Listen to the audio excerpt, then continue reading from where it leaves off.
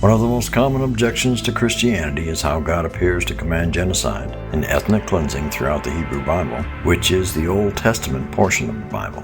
Which leaves me, never mind, I'm going to stay shut up for as much as I possibly can throughout this entire thing. You're welcome. If you compare this to Jesus in the New Testament, it often appears as if you're looking at two completely different gods. One of wrath and tribalism, and the other of love and unity. Many Christians who read the Old Testament for the first time are shocked by its contents, and this is cited as one of the biggest reasons why people leave Christianity today. It's not a new issue either. Then you started getting all kinds of excuses.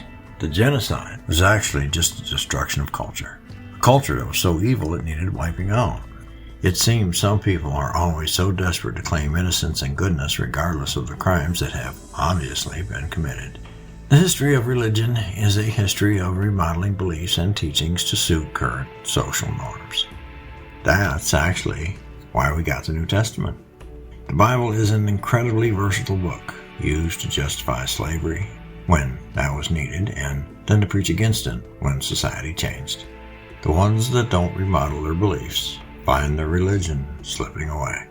Obviously, any earnest pursuit of truth should be open to change, like the biblical laws on slavery.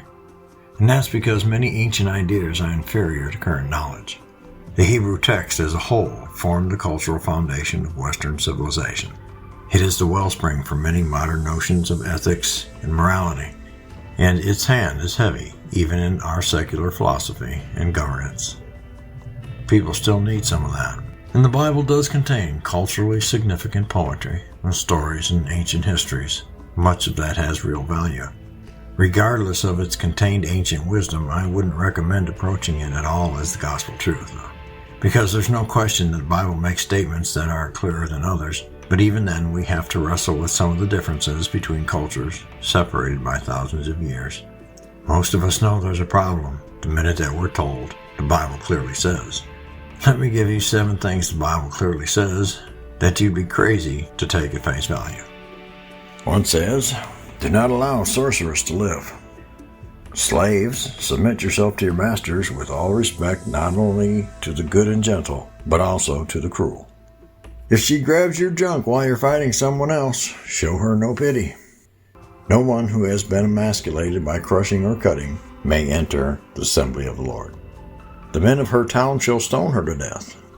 Anyone who curses their father or mother is to be put to death. God encourages the murder of pagan children and infants. Well, now to close.